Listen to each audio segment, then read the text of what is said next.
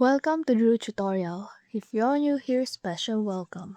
In this video, I'm gonna teach you how to fix connection errors such as like DNS cannot be found or like persistent website loading errors. So for example, you know that it only takes a while to open up a particular website, but it takes so long right now, like doesn't seem to load. So what you're going to do is click the address bar and then search for this one, chrome colon and then / net dash internals / hashtag sockets. Click enter and then click flush socket pools. In this way, existing TCP connections will be closed and it will establish new connections.